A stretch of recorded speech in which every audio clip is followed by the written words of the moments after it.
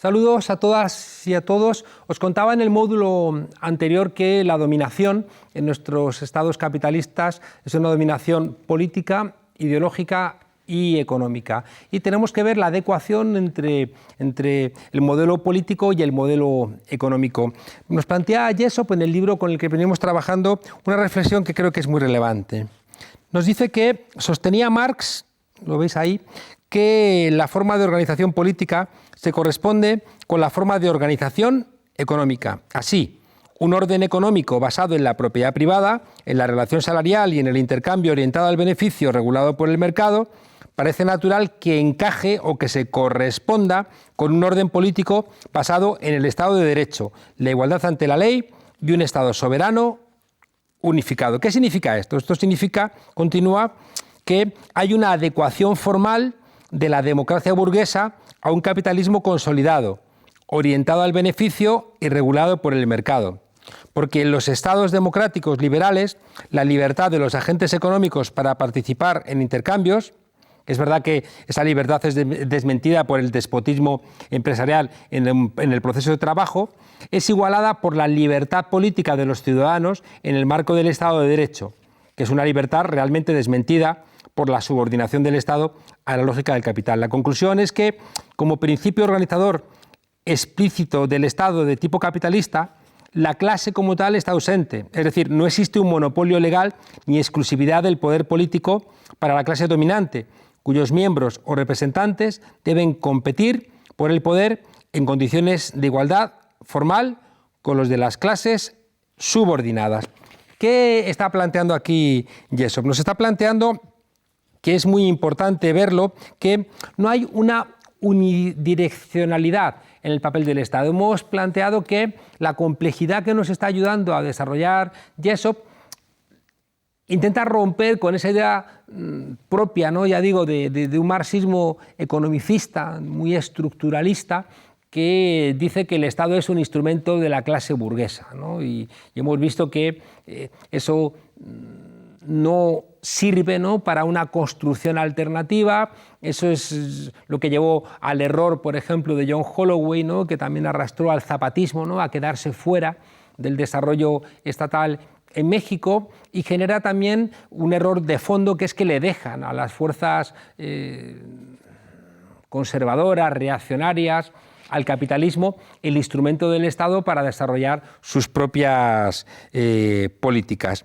Creo que en esta frase nos está diciendo Jessop, sobre la base de Marx, que tiene que haber una adecuación formal entre el sistema capitalista que se adecúa muy bien a la democracia formal. Pero también nos está abriendo la idea de que si de repente el desarrollo capitalista no tiene lugar pacífico a través del mercado, es probable que la forma de la democracia deje paso a formas dictatoriales, ¿no? Y es importante entenderlo en esa adecuación, ya digo, formal entre la democracia burguesa y el sistema capitalista.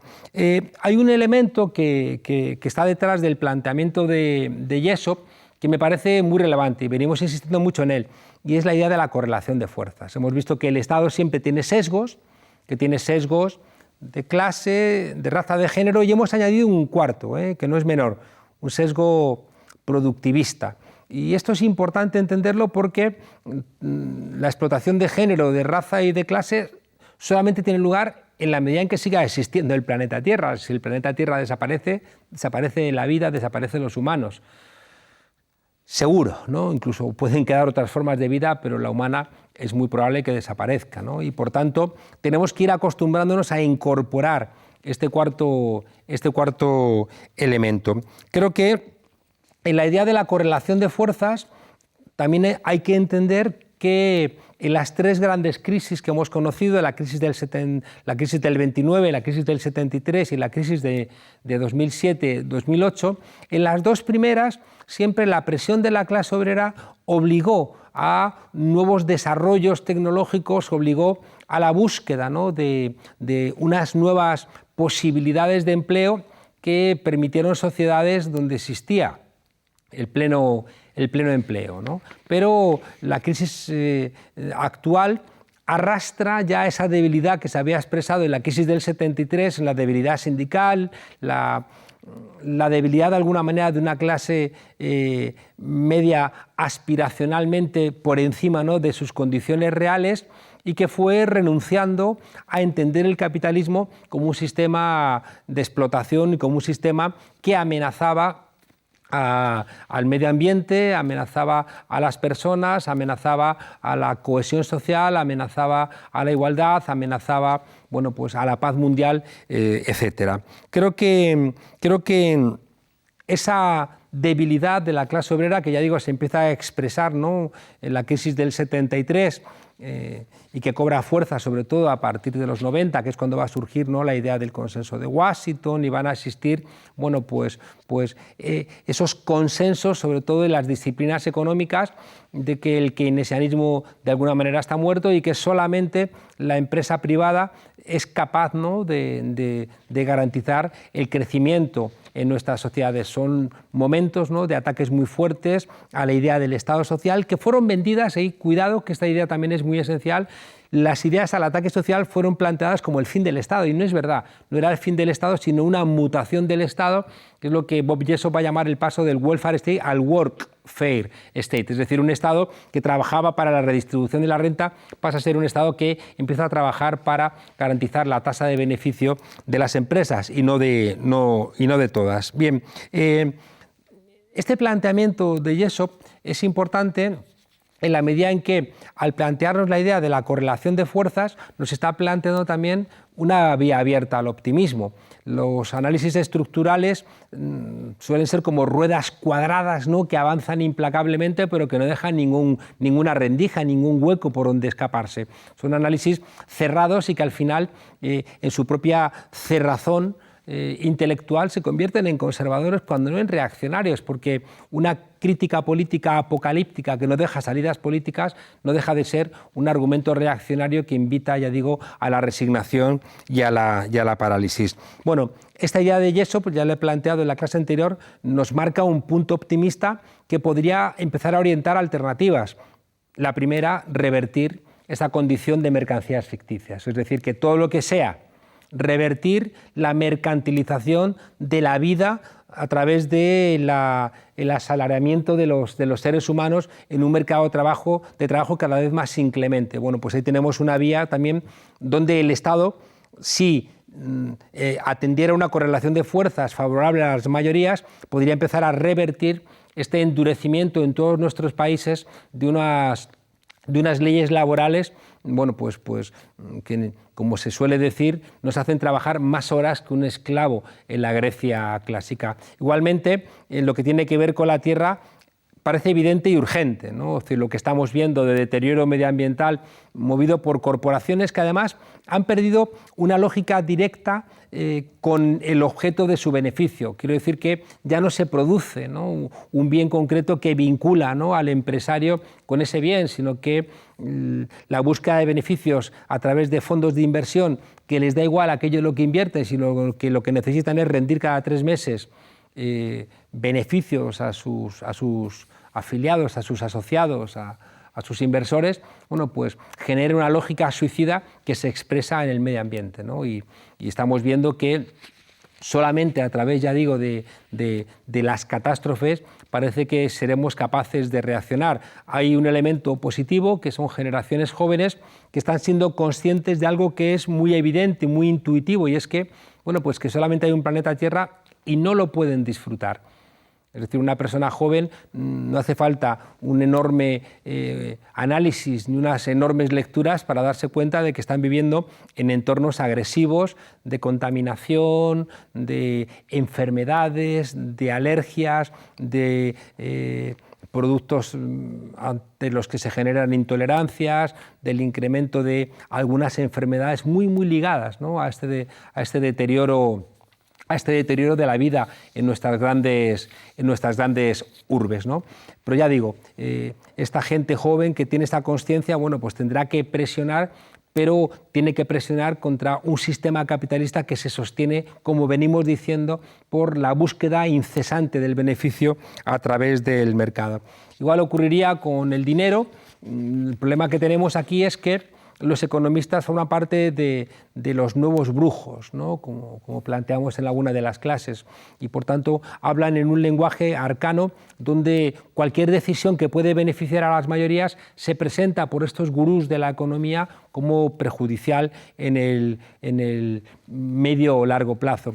En el caso de España, recientemente en las negociaciones entre el Partido Socialista y el Partido Podemos, se planteó una subida del 23% del salario mínimo hasta los 900 euros, y el Banco de España, que es como el gran vocero, ¿no?, de esos gurús económicos, estableció que esa decisión iba a ser tremendamente perjudicial en términos de empleo y para la propia seguridad social. Bueno, pasados unos meses el resultado fue radicalmente el contrario, es decir, se generó un crecimiento de los ingresos en la seguridad social y aumentó el empleo. Sin embargo, ya digo, el discurso, que es un discurso difícilmente falsable en términos popperianos, porque la economía genera tantas aperturas de interpretaciones que al final todas pueden ser ciertas y todas pueden ser falsas. Y en esa falta de certeza económica, bueno, pues los que representan esos lugares de mayor consenso, universidades, catedráticos, bancos centrales,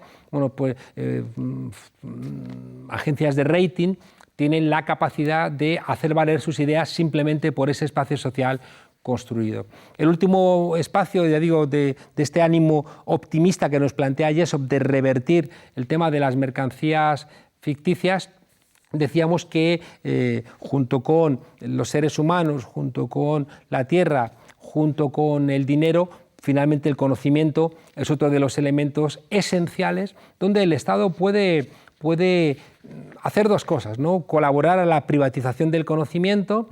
Lo vemos en la pelea que hay ahora mismo en Internet para intentar frenar las descargas P2P y los intercambios de archivos o el software libre, o la apertura de las universidades o las ayudas, ¿no?, para compartir conocimiento, o puede, ya digo, ayudar, ¿no?, a una mayor privatización. Ese va a ser uno de los ámbitos de mayor conflicto que vamos a ver en nuestros países, porque la privatización del conocimiento al final va a ser una privatización de la propia democracia. Todas las luchas, ¿no?, en términos de satélites, en términos de comunicación, en términos ahora mismo en esa polémica entre Estados Unidos y China con el 5G, en el fondo es eso, ¿no? En el fondo es quién controla la información y quién tiene la capacidad de penetrar en ámbitos de conocimiento que a su vez tienen la posibilidad de operar en el ámbito económico de una manera muy clara. Estamos viendo que la capacidad de Estados Unidos, por ejemplo, de tener el suministro de energía en un país, pues está ahí, ¿no? Igual que también lo tiene China, lo tiene Rusia, y esas peleas, ¿no?, vinculadas a ámbitos del conocimiento van a ser terribles. Y la única quizá posibilidad ocurre como con el poder, ¿no? Es decir, que la única manera de limitar el poder es repartiéndolo, y la única manera de limitar el poder del conocimiento es repartiéndolo de la mayor manera posible. Volviendo al texto de Jessop, hay una idea esencial donde continúa el autor y dice lo siguiente: es importante repetir que las amenazas a la cohesión social no se basan exclusivamente en las relaciones de clase. Más bien, el reto consiste en mantener la cohesión social sin amenazar las condiciones económicas y extraeconómicas de la acumulación y la dominación política de clase, y eso no está garantizado. En ese sentido, el papel del Estado destaca por diversas razones. Mencionaré solo tres. En primer lugar, se argumenta que dado que las fuerzas del mercado no pueden por sí mismas asegurar todas las condiciones necesarias para la acumulación de capital y son propensas al fallo de mercado, hay necesidad de algún mecanismo que esté fuera y por encima del mercado para respaldarlo y compensar sus fracasos. En segundo lugar, la competencia económica y política entre capitales exige una fuerza capaz de organizar sus intereses colectivos y limitar los daños que pudieran ocurrir por la búsqueda unilateral de un único conjunto de intereses capitalistas. Y en tercer lugar, el Estado también es necesario para gestionar las muchas y variadas repercusiones de la explotación económica en la sociedad en general. Solo si el Estado garantiza una integración institucional y una cohesión social suficientes, pueden asegurarse las condiciones extraeconómicas para el cálculo económico racional y, a fortiori, la acumulación.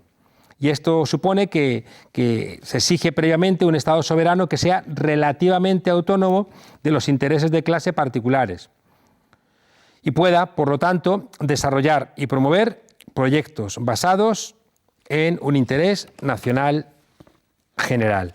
Bien, esta idea nos lleva a lo que hemos denominado, y que es algo que se le presta menos atención, y que tiene que ver, ya digo, con este papel del Estado, ¿no? Recordemos que dijimos en las primeras clases que todo concepto político es un concepto en conflicto, en lucha, y se puede interpretar para ayudar a la emancipación o para ayudar a la regulación, ¿no? O cuando no, a la violencia. El Estado como la máquina más perfecta de construir obediencia, el Estado como el que controla, ¿no?, el monopolio de la violencia física legítima gracias a su capacidad, ¿no?, de construir un contrato social, bueno, pues tiene un poder especial que nos obliga a analizar en lo menos visible.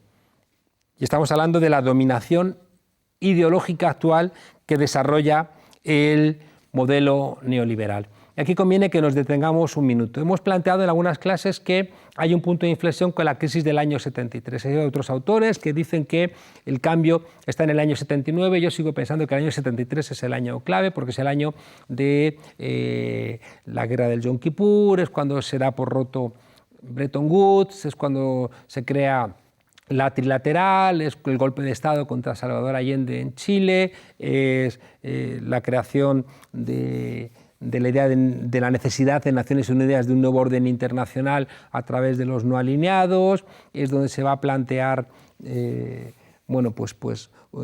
mundo radicalmente diferente que genera también muchas contradicciones. El 73 es el año del Watergate, es el año donde Estados Unidos asume que ha perdido la guerra de Vietnam. Bien, en el año 73, cuando se crea la trilateral por parte de David Rockefeller, se encarga un trabajo a los tres grandes elementos de la economía en aquel momento, los tres grandes bloques, ¿no? El bloque europeo, que lo va a representar Michel Courasier, un autor de referencia del pensamiento único; por Japón, Yuri Watanuki, una persona realmente no muy relevante, un publicista; y por parte de Estados Unidos, que es la persona realmente relevante, Samuel Huntington. Se les va a pedir un informe para esta trilateral sobre la crisis de la democracia. En aquel momento, recordemos que son años de impugnación del modelo capitalista. En ese momento es donde se está hablando de la crisis fiscal del Estado. Klaus Hofe y Jürgen Habermas están hablando de la crisis de legitimidad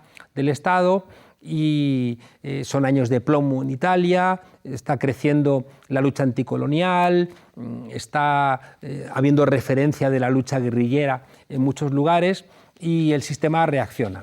Hay una idea muy importante, y es que hay que entender que en este informe de la trilateral se asume el diagnóstico de la crisis del modelo capitalista.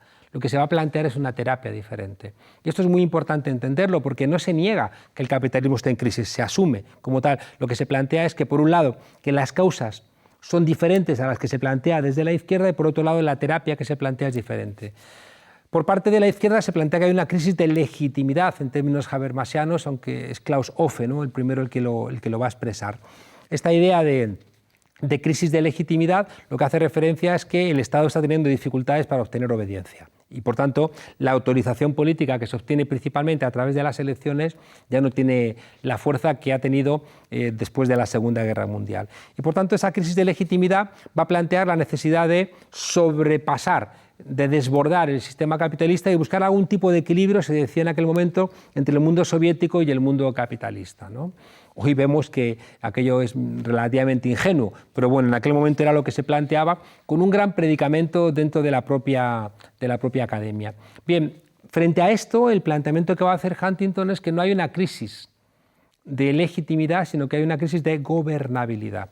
La crisis de legitimidad hace referencia a que la culpa es de los gobernantes, pero la crisis de gobernabilidad, la culpa es de los gobernados. Y la idea es que hay un exceso de democracia, va a decir Huntington, porque hay una sobrecarga, overload, del Estado. Y esa sobrecarga del Estado está basada en unas exigencias desmesuradas que lo que hacen es que un Estado que tiene una crisis fiscal porque la competencia entre Japón, Estados Unidos y la Comunidad Económica Europea ha hecho bajar la productividad y por tanto los beneficios, pues genera, ya digo, un colapso que imposibilita una redistribución de la renta como la que había tenido lugar después de la Segunda Guerra Mundial. Recordemos también algo que se hace poca mención, pero en los años 70 ya hay una consciencia de que la Unión Soviética está en colapso. La Unión Soviética, que había sido capaz de ganar la Segunda Guerra Mundial y un desarrollo industrial muy poderoso, la Revolución Rusa del 17 es capaz de sacar a un país del feudalismo y llevarlo, ¿no?, al primer mundo, pero sin embargo la batalla del desarrollo tecnológico la va a perder y en los años 70 ya es muy evidente. Creo que el hecho de que la Alemania oriental a partir de los años 70 empiece a vivir, ¿no?, de financiación de la Alemania federal es una señal también de ese colapso del mundo soviético que tendrá su máxima expresión después en el año 91 con la propia disolución de la Unión Soviética. Bien, hay un programa de máximos en ese libro, La crisis de la democracia, que os invitamos a leerlo porque ese programa de máximos del modelo neoliberal se ha cumplido al 100%. Si uno quiere ver dónde estaba marcado, ¿no?, cuáles eran los perfiles de nuestras democracias actuales, tiene que ir a este texto. Ahí es donde se va a plantear elementos que hoy nos parecen normales, ¿no?, naturalizados, pero que se plantearon en aquel momento para intentar, ya digo, frenar a unas mayorías que estaban siendo críticas con el modelo capitalista. Recordemos que Huntington ya había planteado en un libro anterior, en el año 68, donde estaba muy preocupado, ¿no?, por el orden en las sociedades capitalistas, que el movimiento ciudadano nunca podría desbordar el marco institucional existente, porque si lo desbordaba daba una libertad a los desobedientes que quitaba el control por parte de las élites de los desarrollos de nuestras sociedades. Bien, en esa misma lógica, Huntington va a plantear que hay que frenar el exceso de democracia. Y lo llaman así. Y ese exceso de democracia hay que frenarlo rebajando las expectativas de la gente.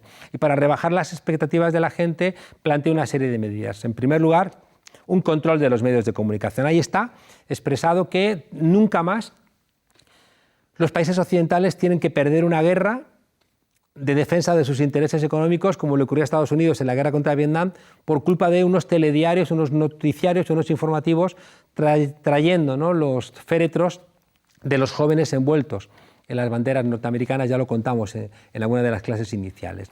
De la misma manera, no debiera ser aceptable que un presidente, como ocurrió con el Watergate, es tumbado por unos periodistas, ¿no? Desde la lógica de Huntington, desde la lógica neoliberal, una lógica muy cercana a lo que llamamos la razón de Estado y más que la razón de Estado, el deep state, es decir, un Estado al servicio de intereses particulares, no de intereses colectivos, y pensamos que esto es muy consistente con la idea del modelo liberal. Recordemos que el liberalismo tiene un discurso universal, pero una práctica parcial. Locke decía al rey, usted nos trata como esclavos, pero Locke tenía plantaciones de esclavos, ¿no? El liberalismo, como nos contó Carole Pateman, nunca vio a las mujeres como sujetos, ¿no?, de ciudadanía, nunca vio a los negros, nunca vio a los indígenas, y por tanto pensamos que esa lógica particular, esa lógica que nos cuenta Bernard Manin en su libro de los principios del gobierno representativo, planteaba que una vez que las presiones, ¿no?, logran extender el sufragio, lo relevante para los liberales es que cualquiera no pudiera ser escogido.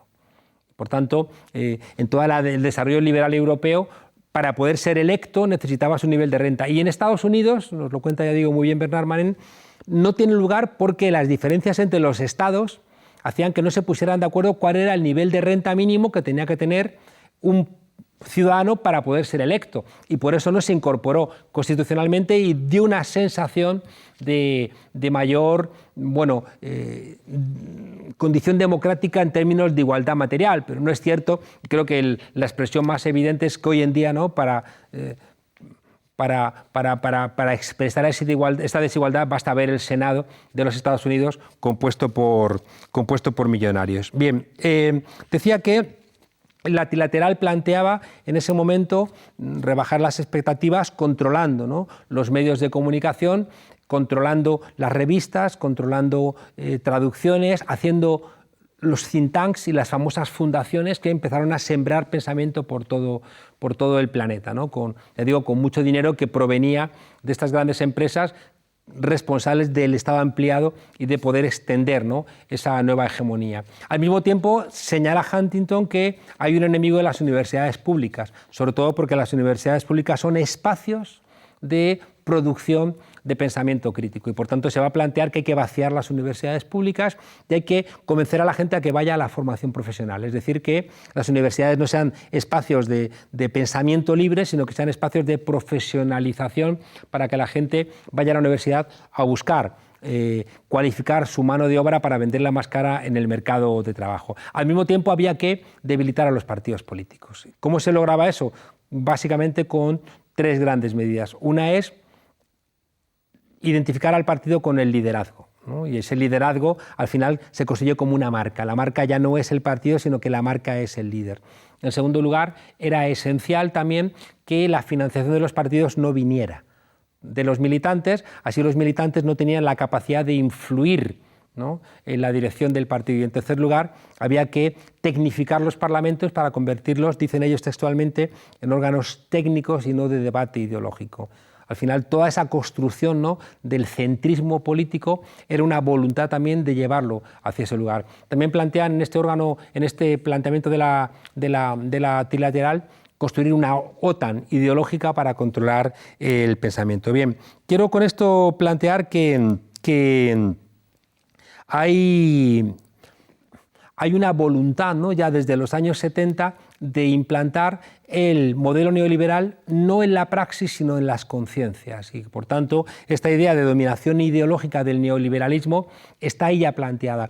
Recordemos que, lo dijimos en una de las clases, toda la idea de la colonialidad del saber está muy vinculada a esto, ¿no? Es decir, uno mira el colonialismo, ve la fuerza bruta, ve las cañoneras, ve las invasiones, pero si uno no se da cuenta que también hay una dominación ideológica, al final uno puede liberar sus países de la dominación de otros, pero en el fondo esa subyugación sigue vigente, ¿no? Es lo que contaba Angela Davis, bueno, de una represión ya en la Sudáfrica que había puesto fin al apartheid, con una jefa de policía negra, con policías negros, bueno, una represión a mineros con decenas de muertos que no hubiera sido concebible, ¿no?, durante el apartheid y que en cambio, aunque sí hubiera sido concebible, pero muy criticable, y que en cambio tiene lugar, ¿no?, en la Sudáfrica de Mandela porque esa dominación ideológica sigue existiendo. Bien, creo que es muy importante entender que el modelo neoliberal necesita perseverar en esa dominación ideológica y, por tanto, el control de los medios, hoy tenemos que entenderlo, no sé, con la misma fuerza con la que entendimos en el siglo XVIII y siglos XIX la reforma agraria, ¿no? Incluso en el siglo XX esa petición, ¿no?, de reforma agraria en la Revolución Mexicana de 1910, esa petición de reforma agraria como la posibilidad de transformar democráticamente un país, hoy tenemos que trasladarla a la pluralidad real en los medios de comunicación, sino debemos dar por muertas nuestras democracias. Eso que se plantea en el año 73 hoy cobra su máxima expresión, ¿no?, donde millonarios son capaces de, a través, por ejemplo, de las noticias falsas, de las fake news, tumbar cualquier tipo de gobierno. Y a día de hoy tenemos dificultades profundas para poderlo regular y, por tanto, si alguien puede mentir, ¿no?, para conseguir determinar cuál es un resultado electoral, y el papel de los medios de comunicación, que contó en su momento Habermas, eran los que permitían el juego democrático, porque son los que establecen la posibilidad de una alternancia. Si eso desaparece, desaparece la democracia. Y por tanto, ya digo, igual que del siglo XX para atrás la reforma agraria se convirtió en un elemento esencial en buena parte de los países del mundo para garantizar la democracia, hoy una regulación democrática de los medios de comunicación que implique, por ejemplo, que tiene que haber una separación radical entre empresas o mundo financiero y los medios de comunicación, se convierte en una condición sine qua non para la existencia de la democracia. Y ahí el Estado es esencial, ¿no? El Estado no puede seguir permitiendo, ¿no?, esa autorregulación del mundo mediático, porque es mentira, ¿no?, porque nos damos cuenta que al final esa autorregulación es capaz de construir, bueno, pues hoy en día a través de Internet, del Big Data, de las fake news, es capaz, ¿no?, ya digo, de determinar resultados electorales sobre la base de la mentira. Ya tenemos las victorias de, bueno, pues de Trump, del Brexit, que son claramente contrarios a los intereses de las mayorías, pero que han obtenido una legitimación electoral que no se corresponde con lo que realmente debiera haber ocurrido. Permitidme que os señale también que en esta lógica ideológica, esa gran familia de la derecha y la gran familia de la izquierda se ven descompensadas a la hora de la incidencia ideológica. Pensemos que los partidos de la izquierda durante los años 80, 90 y hasta la actualidad abandonaron, por ejemplo, los procesos de formación, ¿no? Y la gente se forma en los mismos medios de comunicación o en las escuelas o en las universidades que han sido controladas por esa lógica del modelo neoliberal. Al mismo tiempo, esa familia de la izquierda, por ejemplo, no ha aprendido a hacer televisión ni a hacer prensa. Hemos visto en países como Venezuela que tenían la capacidad económica de comprar medios de comunicación, pero no sabían hacer medios de comunicación, no sabían hacer televisión, no sabían hacer radio, y al final la gente de ese país seguía acudiendo a los medios privados que les daban lo que ellos habían aprendido a consumir. Y eso obliga también a una reflexión muy profunda, ¿no?, desde una perspectiva democrática, cómo se consigue hacer una comunicación que interesa a las mayorías, y que solamente lo dejo como una hipótesis, seguramente pasa por empezar a incidir en esos grandes productos que consumen las mayorías y que suelen ser despreciados por la izquierda, y en ese desprecio los dejan, ¿no?, para que la lógica neoliberal sea constantemente reproducida. Bien, hay una idea que solamente la voy a apuntar porque la vamos a desarrollar en la siguiente clase, y es que todos estos análisis desembocan en una idea central, ¿no?, que es muy evidente a finales del siglo XX y que hoy forma parte de una de las categorías esenciales del análisis politológico, y es que el Estado ya no agota lo político. Es decir, que en una sociedad global y en una sociedad compleja, el Estado tiene profundas dificultades para agotar lo político. Y ya aparece un concepto que va a ocuparnos en la siguiente clase, que es el concepto de gobernanza. Hasta la siguiente clase.